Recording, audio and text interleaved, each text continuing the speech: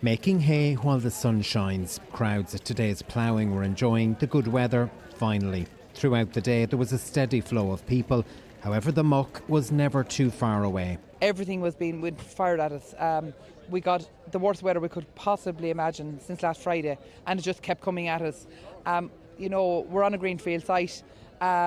Because of that, it's the good and the bad. We're really in the middle of rural Ireland, and that's what we kind of said that we're about as such. But then we got the brunt of that as a result. We've got stubble car parks, we've got some grass, and we just had to keep talking to people, keep getting more land, keep asking the locals to help us out, which they did.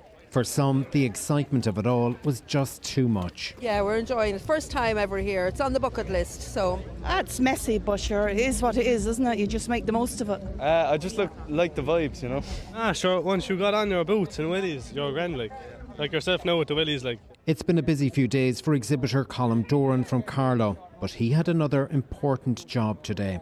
I'll be leaving here roughly around 2 o'clock, and we're getting married in the Dolman Hotel at 4:30.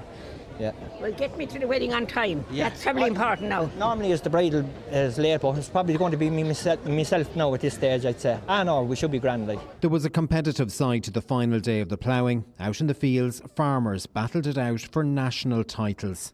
Competition too for who could bake the best brown bread. These visitors were also putting their best foot forward on the last day. The crowds enjoying some live entertainment.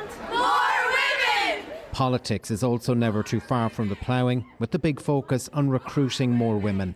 The ploughing also means big business for those in the industry. Look, I suppose farmers, if they're making a few pounds, they'll spend it. It's good, yeah, it's positive, yeah, in fairness, yeah.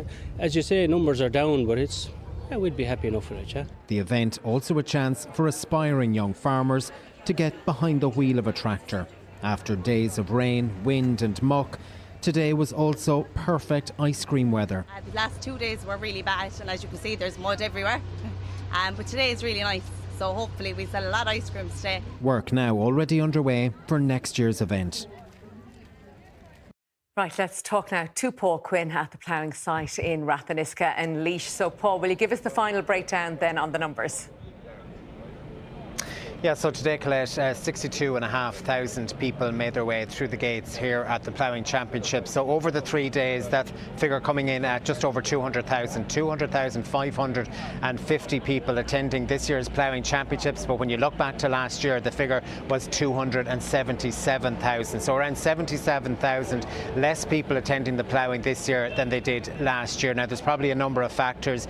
The pandemic, of course, had seen the event cancelled, and behind closed doors you would have had an extra boost last year, but no doubt the weather also was a huge factor. The rain on Tuesday was pretty much a washout, and obviously the heavy rain and winds that came the couple of days before that as well, and there was serious concern about conditions here on the ground, and the crews, despite them working really hard, there was a risk that perhaps today's event wouldn't have gone ahead. I understand that Gardaí were concerned about getting people in and out of the car park safely. We saw that a number of cars had to be towed out as well, but I think despite the disappointment of those numbers, and no doubt organisers will be somewhat disappointed, the 3-day event has gone off without a hitch. The site is pretty much clearing out now, wrapping up ploughing for another year.